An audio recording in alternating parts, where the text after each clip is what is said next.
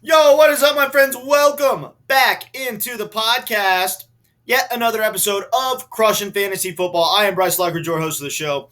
Guys, today I'm going to be giving you my buy low trade targets. Guys, it is a great time of year to manipulate the trade market in your favor, as there are many teams in your league that are desperate to win out and will sell great players off of their roster that don't offer them immediate value because they have to sell out for wins to make the playoffs. There's also a lot of great players that underperformed this past week or the past couple of weeks that people just aren't very high on because what they've seen recently, and they fall into the recency bias category that many fantasy football players do, and they're willing to sell great players off their roster because they only remember the last week they saw, and these players might have had a bad game. Anyway, it's a great time to buy low on a lot of these guys, and I'm going to get right into it, guys, but if you haven't already, make sure to hit that subscribe button below, and if you do enjoy my content today, make sure to give me a thumbs up, as likes help my channel tremendously. All right, guys, I'm going to start with my first buy low, and that is Aaron Jones, guys. Aaron Jones luckily did not suffer a major injury like a lot of us thought he did. I thought for sure he tore his ACL on that play. Looks like he only has a sprained MCL and is going to be out for 1 to 2 weeks. This is very good news for Aaron Jones owners, and maybe even better news for people that might be trying to acquire Aaron Jones for the fantasy playoffs in the trade market. Because, look, teams in your league that are in need of immediate wins and that have to go 4-0 or 3-1 to make the fantasy playoffs for the rest of the year, they're looking at Aaron Jones as a useless asset right now because he can't help them in that regard due to the fact he's probably not going to be available for the next couple of weeks.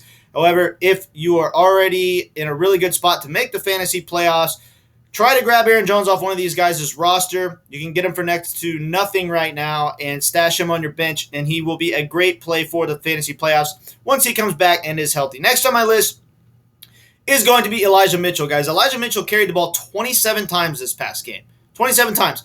This is freaking true workhorse volume. I think the San Francisco 49ers figured out that if they want to beat teams that have more firepower than they do, they've got to control the time of possession. How do you control the time of possession? You run the ball like crazy. This team is going to be running the ball a lot going forward for the rest of the year.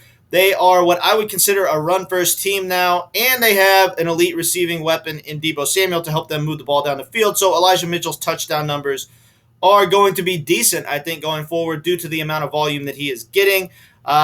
Him not getting in the end zone this past week was a little bit of a fluke because Deebo Samuel took his rushing touchdown inside the goal line. But, hey, man, 27 carries in an offense that's really starting to find their stride and seems to be turning into a run-first team. I would buy low on Elijah Mitchell right now and add him to your roster. Next on my list is going to be Kareem Hunt.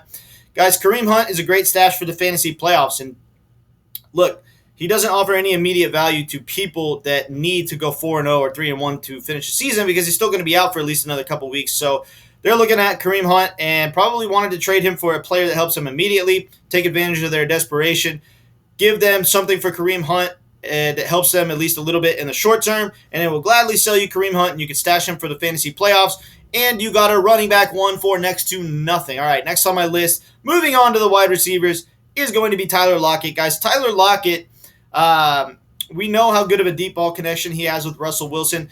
The great news is they were still taking shots down the field to Tyler Lockett in this past game. They just couldn't connect. And look, Russell Wilson, it was his first game back off a pretty significant injury to his thumb. Playing in the cold at Lambeau Field, just not really the best conditions. Russell Wilson will bounce back and be just fine. However, there are people that probably automatically assume that due to the fact that he had one bad game coming back from his injury, that he's not going to perform that well. Take advantage of this stupid thinking and add Tyler Lockett to your roster. He's going to be a beast, and right now you can get him for a very low price. Next on my list is going to be Chris Godwin. Guys, Chris Godwin is a top 5 red zone target in the entire NFL. Believe it or not, he has 6 more red zone targets this year than Mike Evans. Mike Evans was the target hog inside the red zone last year. That has gravitated towards Chris Godwin this year. He's getting the majority of the red zone targets for the team. He's a great buy low right now because Mike Evans has just been so good that Chris Godwin's probably falling off a lot of people's radars. They don't see as much value in him as they did at the beginning of the season. I can assure you that. And he's still a very great option because we know that Tom Brady loves his slot receivers. We know that this offense is going to bounce back and be great in most weeks, and he's getting tons of high-value red zone touches, guys. So add Chris Godwin to your roster. Next on my list is going to be Deonte Johnson, guys. Big Ben didn't play this last week because of COVID. Deonte Johnson still had 13 targets. Look, this team, a huge part of their game plan is to just utterly pepper Deonte Johnson with targets. I mean, no Juju Smith-Schuster. Claypool is kind of the alpha receiver, field stretcher kind of guy, and they're just not getting him the ball the way that they should this year. I mean, he's a very talented receiver, but the most valuable receiver on this team by a long shot is Deonte Johnson. He's a really good buy low because he just hasn't had really explosive fantasy numbers this year, but all the analytics will tell you that that's going to change. He gets a lot of red zone targets. He's one of the most targeted wide receivers in all of the NFL, and he's playing on an offense that's getting better and better every week, mainly due to the emergence of Najee Harris as a superstar in the NFL. So he's got the touchdown upside to go along with high target share. So add Deonte Johnson to your roster. Next on my list is going to be Amari Cooper, guys. Amari Cooper had a little bit of a down week. CeeDee Lamb had all the production for the Dallas wide receivers. I'm telling you guys, this is very similar to the situation in Tampa Bay.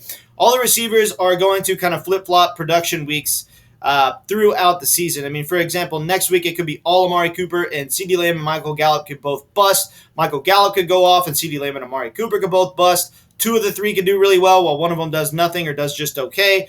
It's going to be like that every week, guys. But the fact of the matter is, people see a tremendous amount of value in CeeDee Lamb right now.